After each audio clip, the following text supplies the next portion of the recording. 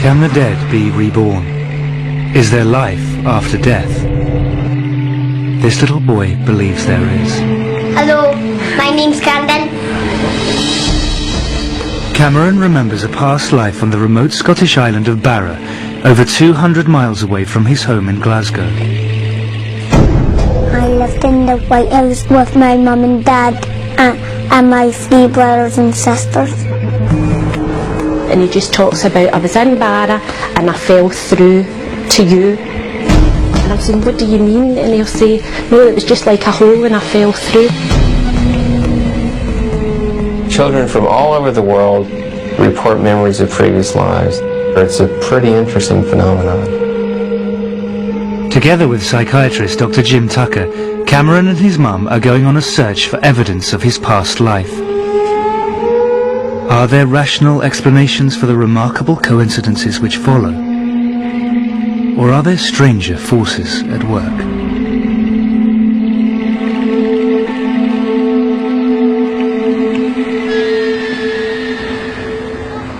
Norma Macaulay is a single mum who lives in Glasgow with her 2 young sons. Well, I've got 2 boys, lovely boys, even if I say so myself. I've got Martin, who's 6, and I've got Cameron, who's 5. Since Cameron first started to talk, he has described life as a child on Barra, a remote island in Scotland's Outer Hebrides. I lived in the White House with my mum and dad and my 3 brothers and sisters. From the age of 2, Cameron has been telling his family the same story. As he's grown older, the story hasn't changed. It's just become more detailed. Norma could not understand how Cameron knew about Barra, let alone have such clear memories of life on the island. At first I just thought, oh, he's making things up. And then I was thinking, how does he know the name Barra? Why is it Barra where none of us have been or have any connection with? Barra lies off the western coast of Scotland, 220 miles from Glasgow. It can only be reached by a lengthy sea journey or an hour-long flight. It's a tiny, distant outpost of the British Isles and is home to just over 1,000 people. My favourite place in Barra was the beach, and I took my dog with me and I played with him and my brothers and sisters to play. He used to say, I'm a Barra boy, I'm a Barra boy. The planes used to land on the beach. He said there's like a small beach. He says and like small planes and they land on the beach. Barra is a loads of place to run it down, but here is not a lot because the houses are near each other.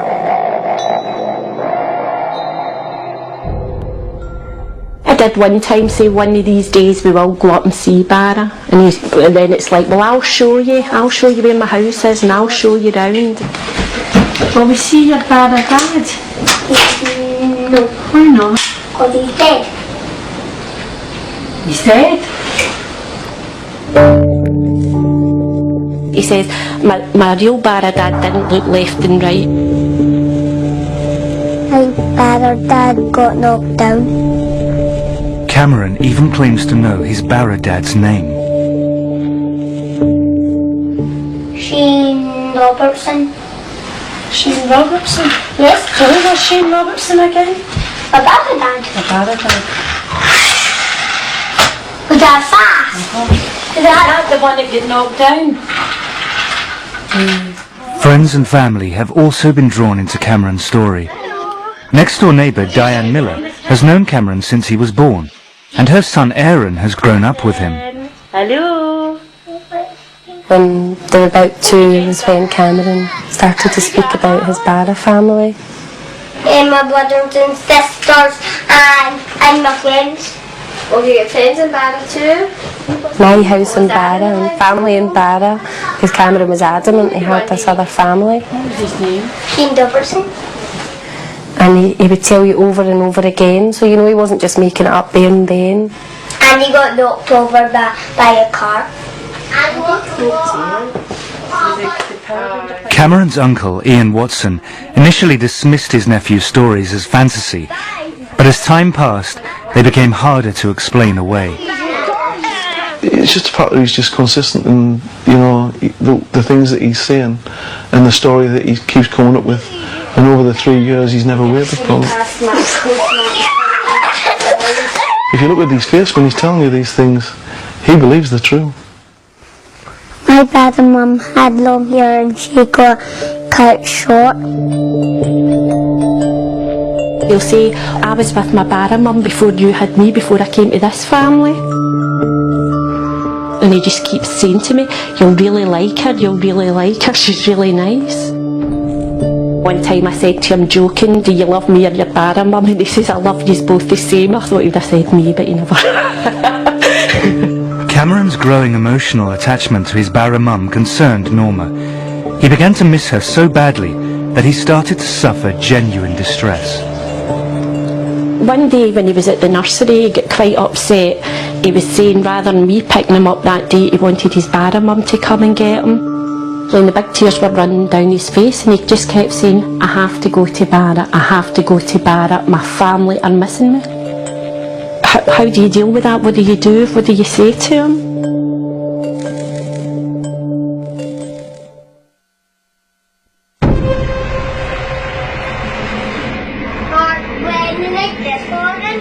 Ever since he could speak, Cameron has described a previous life, growing up on the remote island of Barra in the Outer Hebrides. Cameron is desperate to visit Barra, but Norma, his mum, wants to find out if there is a rational explanation for his unusual memories.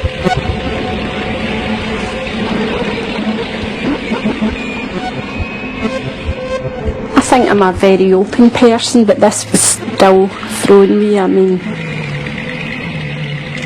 I believe Cameron does know Barra. How he knows it, I don't know.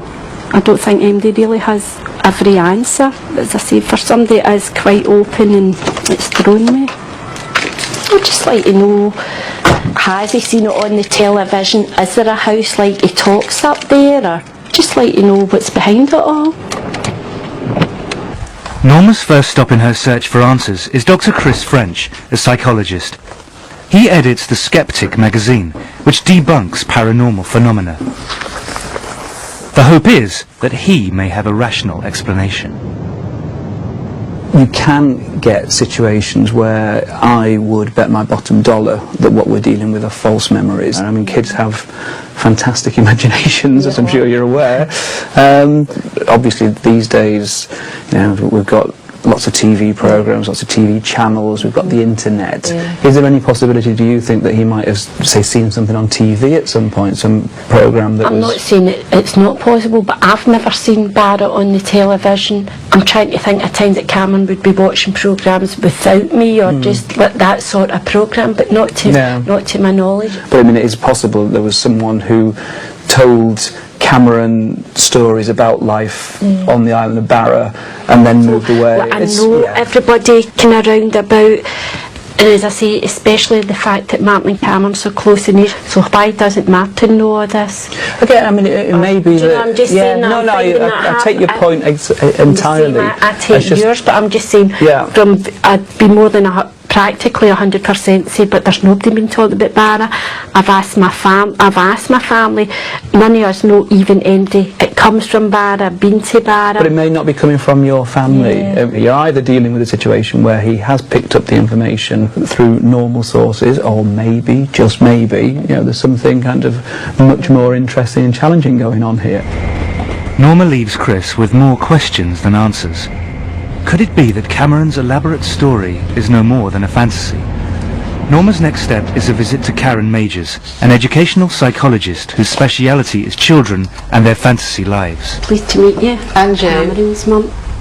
It's really interesting. Basically, how Cameron describes his world really seems to be quite different from how children with imaginary friends and imaginary worlds describe their experiences.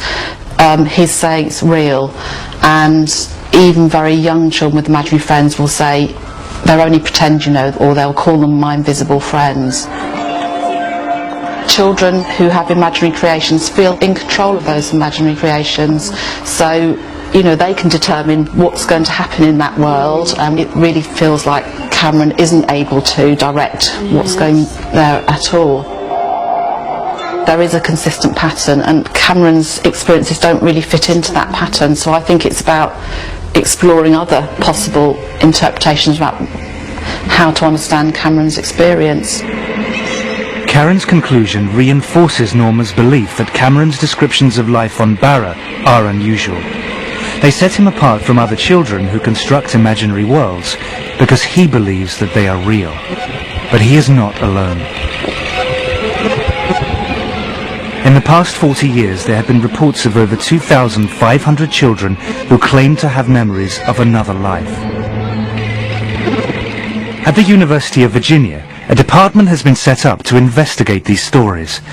Psychiatrist Dr. Jim Tucker is the director of research.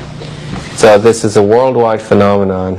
It takes place in places and families with a belief in reincarnation and places and families without a belief in reincarnation. And in a number of the cases, the child's statements have been verified to be accurate. Many of these cases show a pattern of consistent and detailed information.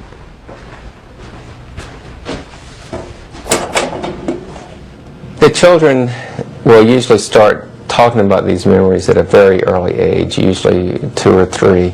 Some of them talk about them matter-of-factly, but other children use great emotion in describing these things and will often long for the previous family. Jim records the child's memories and investigates whether there might be a connection to an actual person who has lived before.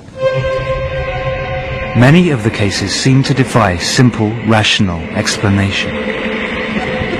One of Dr. Tucker's most celebrated cases was a boy he investigated from the Midwest of America. This is a very interesting case of a boy who had memories of being his grandfather. And he said that God gives you a card to come back. And I guess this is a drawing of the card that he did. Gus Taylor is the child who drew that card. Since he was a toddler, he has believed that in a past life he was his own grandfather. Gus is now 10 years old. When he was about 1.5, I was changing his diaper on his changing table, and he all of a sudden just looked at me and said, "You know, when I was your age, I used to change your diaper." And I went, whoa, this is weird. Gus was named for his grandfather, and his full name is August. His grandfather had died the year before he was born, so he really didn't, he never got to know his grandfather. But he would insist that he was Grandpa Augie. If we were referring to Grandpa Augie, he would just say, "You mean me?" You know, he was just very adamant, like, we should know that he is Grandpa Augie. Where's me? There. Where's me again? See if you can find me somewhere else. Gus was 4 when Ron was given an old family album. To his parents' astonishment, Gus was able to point out his grandfather in an old school photograph. He also correctly identified this as the first car that his grandfather ever owned. He showed me a picture, and then I said, that was my first car. And then my dad was like, that's weird, because the car was Grandpa Augie's first car. So it was all scary. Kathy and Ron were intrigued by their son's ability to identify his grandfather in photos. But one day, Gus told them something that turned their intrigue to shock. Gus and I were chatting, and he started saying something about Grandpa Augie, which wasn't unusual. And I said to him, when you were Grandpa Augie, did you have any sisters or brothers? He said, well, I had a sister, but she died. And so that sort of caught my attention because, you know, we haven't had any deaths in the family. And he said, well, she died. And I just sort of looked at him, and he said, yeah, she turned to a fish. She died, some bad guys. I just was flabbergasted. I really was just I was speechless, because I just couldn't understand how he would know anything about that. Apparently what happened was his aunt was murdered, and her body was dumped into the San Francisco Bay. There was no way he could know anything about her circumstances and how she died, because it was never discussed, and was barely discussed with me, with him and my family. To hear my son, who didn't know my father, didn't know his aunt who was murdered, speak about this, and that's when I just went, there's something going on here that I just don't understand. For many in the West, reincarnation is an alien idea.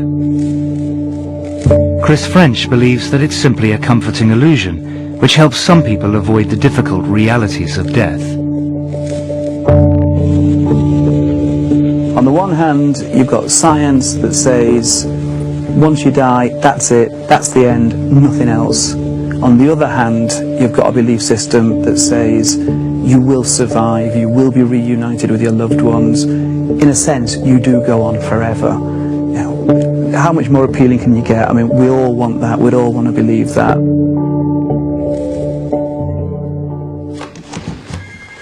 For Kathy Taylor, her son Gus's belief that he was his own grandfather reborn went totally against her own religious upbringing. I grew up a Southern Baptist. My father's a Southern Baptist minister, and Southern Baptists certainly don't, teach anything about reincarnation. So that was not, that was furthest from my mind when Gus started saying these things. This one day he sort of popped up and looked at me and said, Mom, when we die, we get to come back. And he looked at me again and he said, I used to be big and now I'm a kid again. And he was just very excited about this.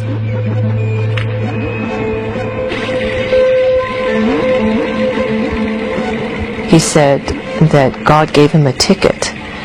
And, he also referred to a porthole, and that he came through a porthole, and that he used to be big and all of a sudden he's through this porthole and then he's a kid again.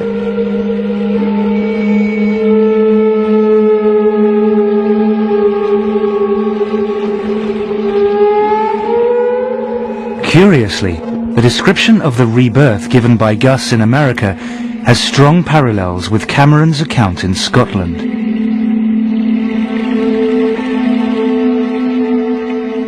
You see, he talks about falling through from Barra to here. I asked him, how did you get here? And he just talks about, I was in Barra and I fell through to you. And I'm saying, what do you mean? And he'll say, no, it was just like a hole and I fell through, and that's all he says.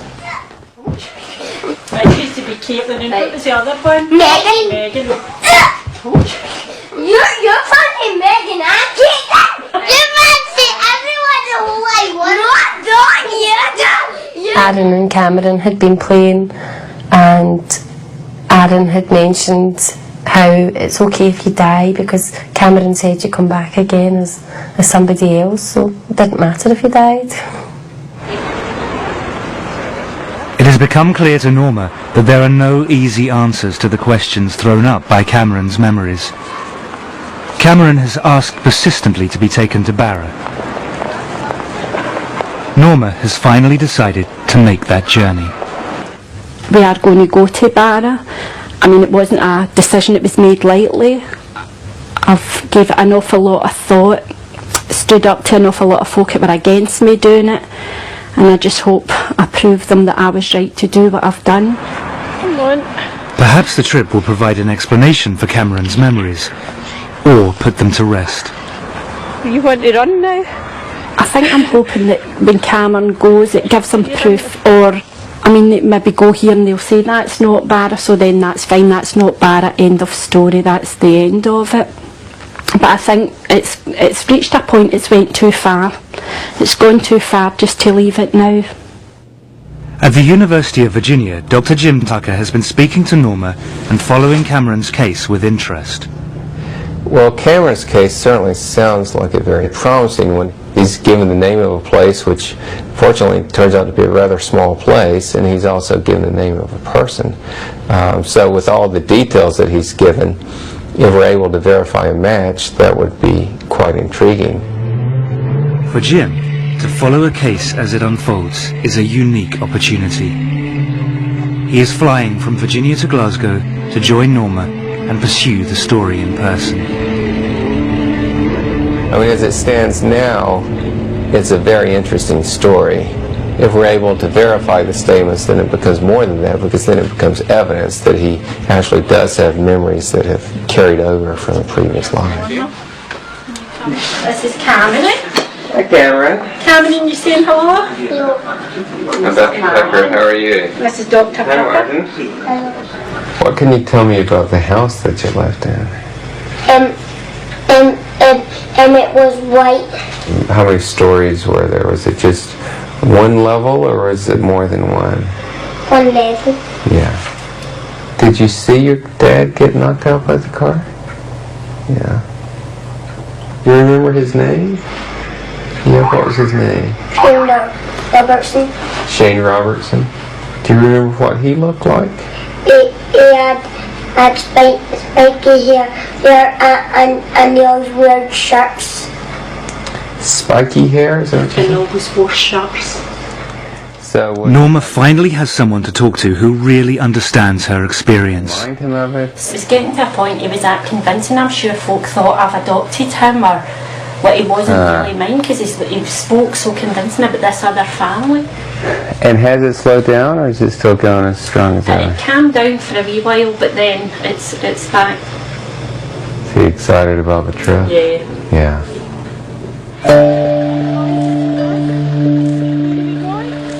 After 3 years of listening to Cameron's descriptions of life on a remote island, Norma and Martin are taking him on a journey of another lifetime. How's he going to react? What if he gets upset? What if we go and these things are there, how he's described? Cameron is finally going to visit the place that he calls home.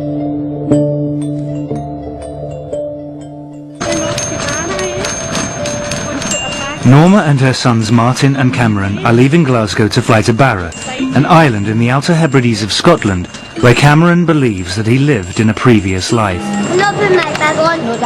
They are being accompanied by psychiatrist Dr. Jim Tucker, an expert in children's past life memories. Cameron believes that his family name was Robertson and that he lived in a big white house, a house full of children. He says he had a black and white dog.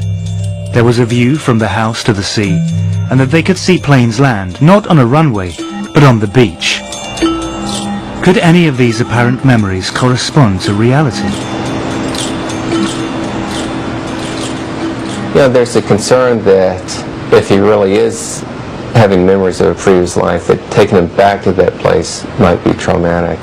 But what usually is the case is actually the reverse, that seeing the old place kind of puts the memories in perspective so that the child is then able to let go of them more.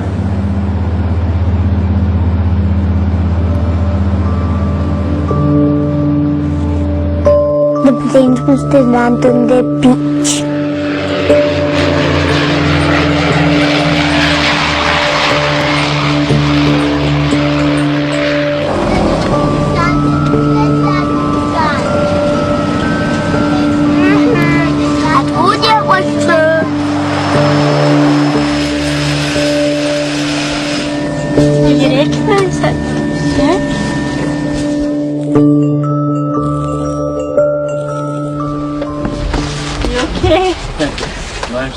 Yeah, good boy.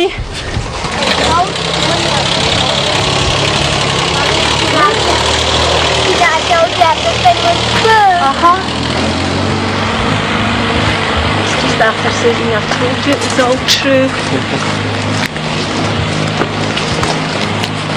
Feel happy to be here?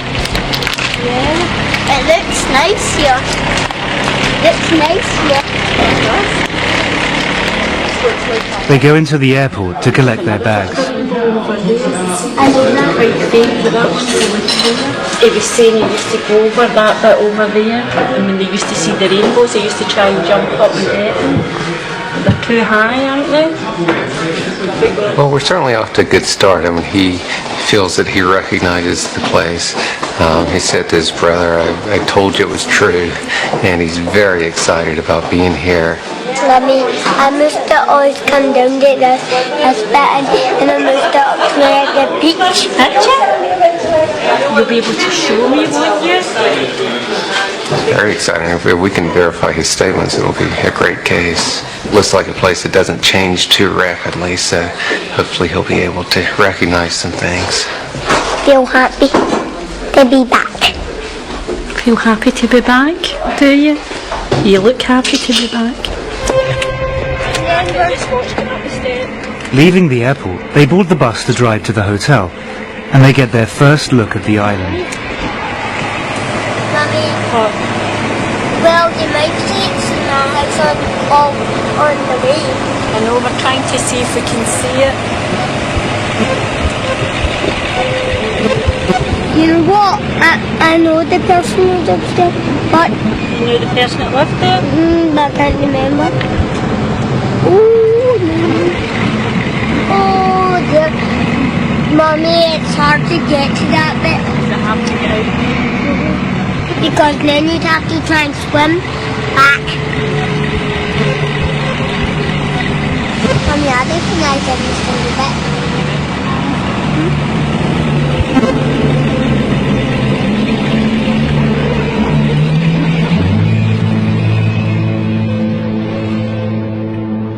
Cameron, don't jump about the bed. Can you believe you're here at Barra? Yes, I'm exactly the same. I recognise the beach. You recognise the beach? Oh, it looks like a beautiful place, doesn't it? Yes. So what do you want to do tomorrow? When we Go to the beach. go down to the beach? Yes, and I'll show you, and I'll show you what I did. Show me what you used to do. Oh, my socks, I forgot to do it. Take my socks. Next morning, the investigation begins in earnest.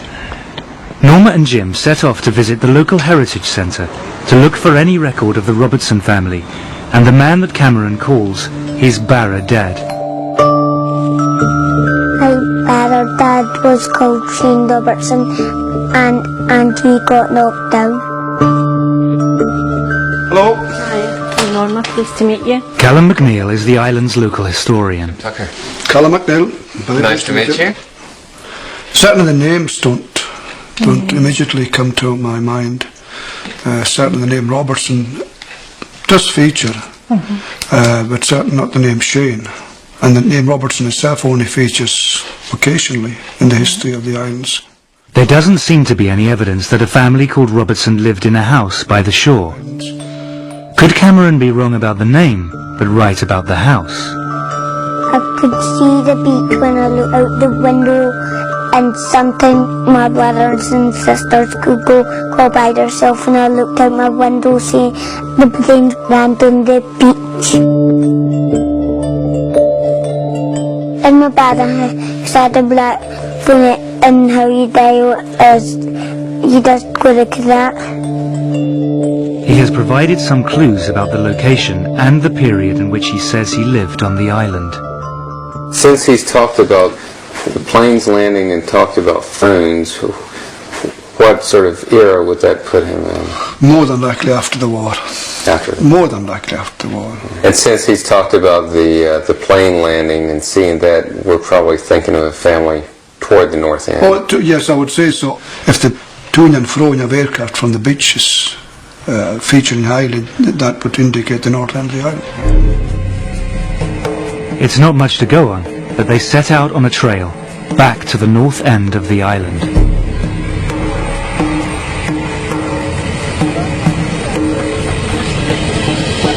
I thought he was fine, but I don't know about him. I was starting to feel anxious and saying, well, I hope he does recognise something for his sake and probably for my own, because I'm desperately looking for answers as well. Well, I think it's disappointing if a child goes to a place and doesn't recognize things. Often what happens is that by the time the child gets taken to the previous place, they're beginning to lose the memories anyway. Children seem to lose these memories by the age of 6 or 7, and this is the age where children are starting school and getting more fully wrapped up in this life. They have driven past many of the houses on the island, most of them white, some near the sea. But Cameron recognises none of them. Sometimes I say I wish I could get in his head just for 5 minutes to see what it feels like to him, because obviously to him it's real. My dad and mum had long hair and she got cut short.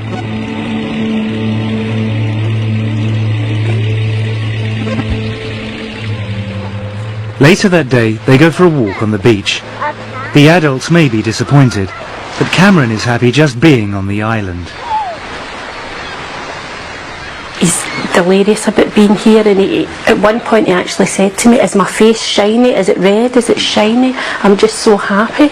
They keep saying to Martin, "See, I told you, it's not lies, it's true, we're really here, it's real." Apart from the planes that land on the beach, there has been no other link between Cameron's memory and the island.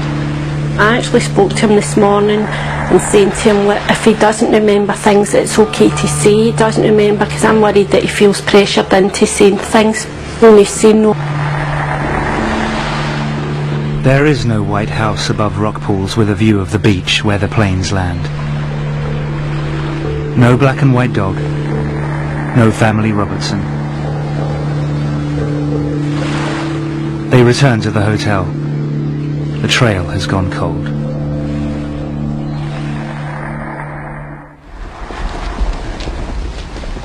But next morning, they receive a phone call from Callum McNeil at the Heritage Centre. He wants to speak to them urgently. He has some new information. Phone call today informed me that there were people living with the name Robertson on the north end of the island. In a house by the shore. That's a white house by the shore. Couldn't get much closer to the shore. Callum's records were only for properties owned by islanders, but the Robertsons were from the mainland. And when were they there? 60s, 70s, I believe. Yeah. So we know exactly which house it was. We'd be able to go see it. Sunderland. Directions to the house take them down a different road to the ones they had been searching before.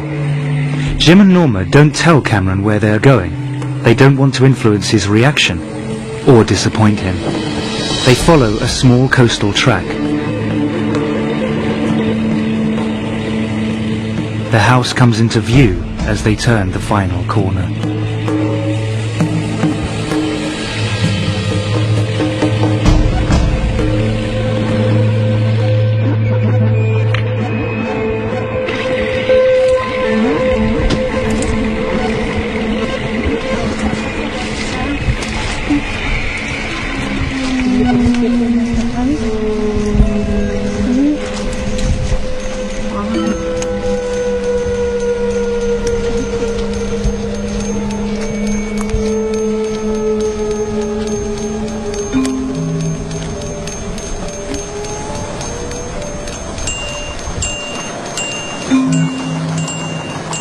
What's wrong?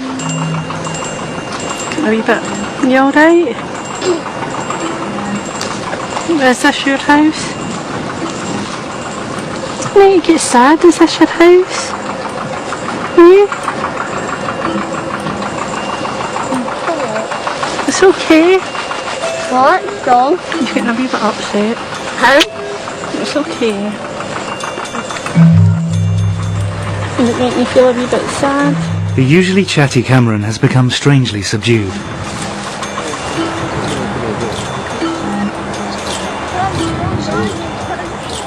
Just below the house, there are rock pools, and there is a gate to the beach. There's a gate round there. They said that was the secret way. They called it the secret way under the house. He's just saying he's excited, but he's sad as well. I think he's surprised and he's not sure how he's feeling. I'm not sure how I'm feeling either, to be honest.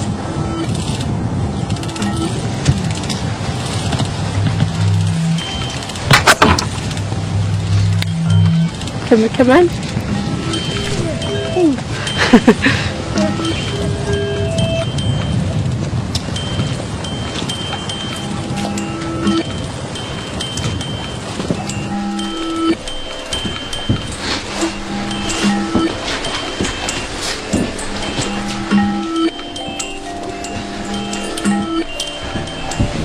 We've got a fire like that, haven't we? Mummy, look. What? Look. I know, wow.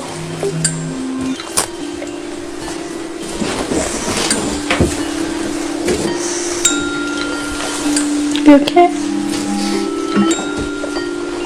Although much of the furniture and decor is recent, some of the features of the house, like the open fire, have remained unchanged for decades.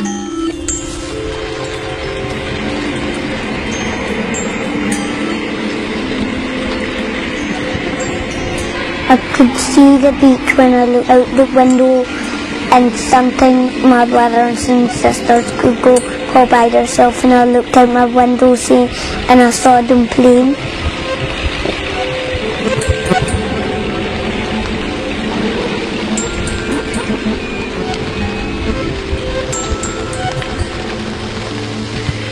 The girls were in this room? Yes. And the boys were in the other room?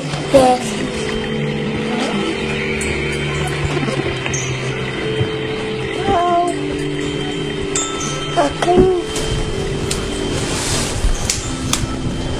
Was it the same stuff?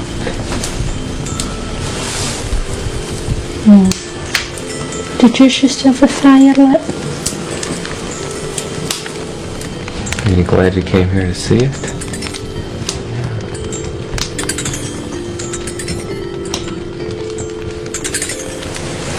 Did you think that Bara Mum was going to still be here? Eh? No.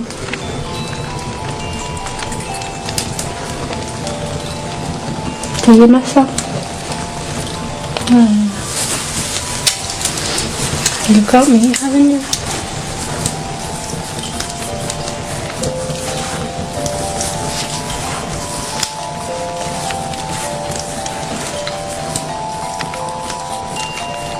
You about ready to go back home now? Yeah, get on the plane and fly home.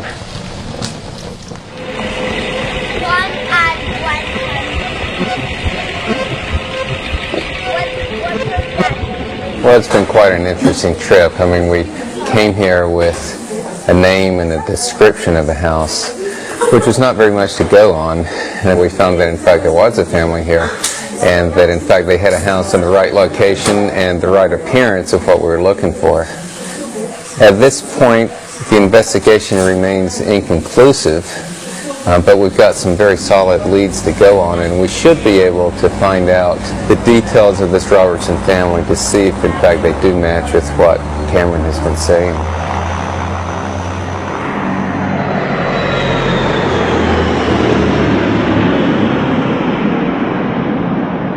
Back in Glasgow, Norma has arranged a meeting with Ruth Borum, a genealogist who has investigated the Robertson family history for her. She has found that the Robertsons came from Glasgow and that they owned the house on Barra for more than 20 years. She has traced a Gilly Robertson, who still lives in Scotland.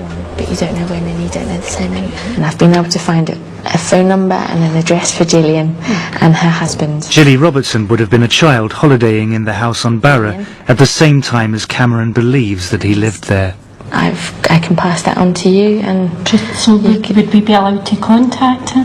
her address and phone number is in the BT phone book, so it's public knowledge. So that would certainly be a possibility.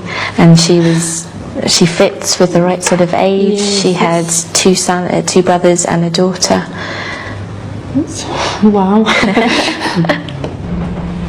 Norma now has a name and telephone number for a living member of the Robertson family. The search for answers is nearing its conclusion.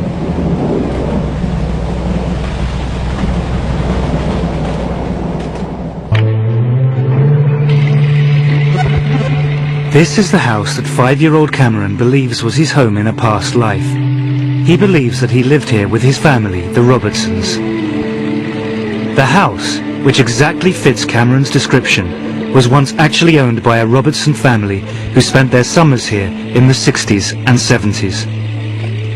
Cameron's mum, Norma, has traced Jilly, one of the Robertsons, and arranged to visit her. But now, back in Glasgow, Cameron's reaction to the news comes as a shock.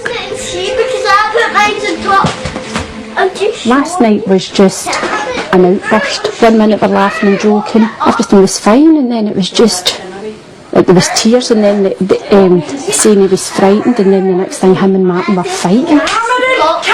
It got a wee bit out of hand. It was like somebody had flicked a switch. He went from happy to, and it was, I'm scared, I don't want to go, Mum. This morning he came in quite wide awake and started asking me about Jilly Robertson. And at one point I thought it was quite strange. He actually says, could Jilly be my sister if she was a wee girl at the house? And it's kind of, I think we've all been thrown a bit. Now he's asking, can he go? He wants to go and meet her. Hello. Hi there. Pleased to meet you, I'm Norma. Hello, Julie. Very nice to meet you. This is Cameron. Martin, come on. This is Cameron's big brother, Martin. He's finding somebody that's possibly his sister. Is he thinking, oh, maybe I'll need to go back to that family? Because in Cameron's mind, the Robertsons were his Barra family. And I think that's what's frightened him. I mean, it's quite frightening. This is the house here, and down below the house, a lovely beach. Was that what it was like when you were in Barra? Yeah. But could you recognise it quite well when you went to see it? Although you were saying it had changed. Yes, you see, I think it has changed. I think the person who's bought it now has modernised it. Yeah. I played in the beach and took my dog and played fetch with my dog at the beach. Could I ask you, when you went to Barra, did you have a dog? Was there a dog there? Well, certainly Callum and Peggy, who lived in the house, they had a dog, a sheepdog. The black and white dog is just as Cameron remembers. But what about the name of his Barra father, Shane Robertson? Yeah. Well, certainly there aren't any Shanes in our family. There were, one of my uncles was called James. Now, Seamus, James, you know, that's quite a common connection. One of my cousins is also called James, but certainly not a Shane. Was the car accident on Barra? This is what we don't know. He doesn't seem to be able to tell you. I don't know of anyone in our family who died in a car accident. That's how I was curious as well, if maybe even there had been a child in the family had passed away. Or... No, certainly there were no deaths of children in that close family. So while many parts of Cameron's memory fit with extraordinary precision, others do not. The family name matches, so do the physical details of the house, the island and the dog. But the name and death of the father figure do not.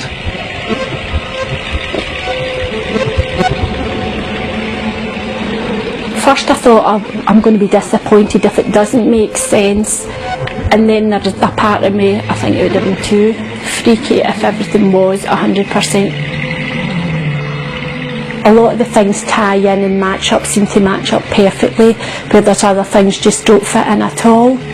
But I look at it as, if I'm describing my past or trying to tell you things, there's things I would probably remember and tell you spot on, and there's other things, if my sister was telling the same story, it would be different. I just think there's been more things tied in than didn't. If these in fact were past life memories, then we have to look at the question of why some of them were correct and some weren't. Was this just a remarkable coincidence, or could it be something more? He could have had memories from more than one life, and they could have gotten mixed in together. There's just a lot that we don't know about it. And I don't think I realised myself how much it might affect me going into the house. I mean, for a split, it actually felt as if I could be physically sick. It was, I don't know, and then there was the worry, But if all these memories come flooding back to Cameron and upset him, and then also I was thinking, what if he has had another mum? He certainly responded to the house in a way that made it seem that this was a special place for him. He may have had some memories and emotions that somehow existed on this island beforehand in another life and then somehow carried over to him.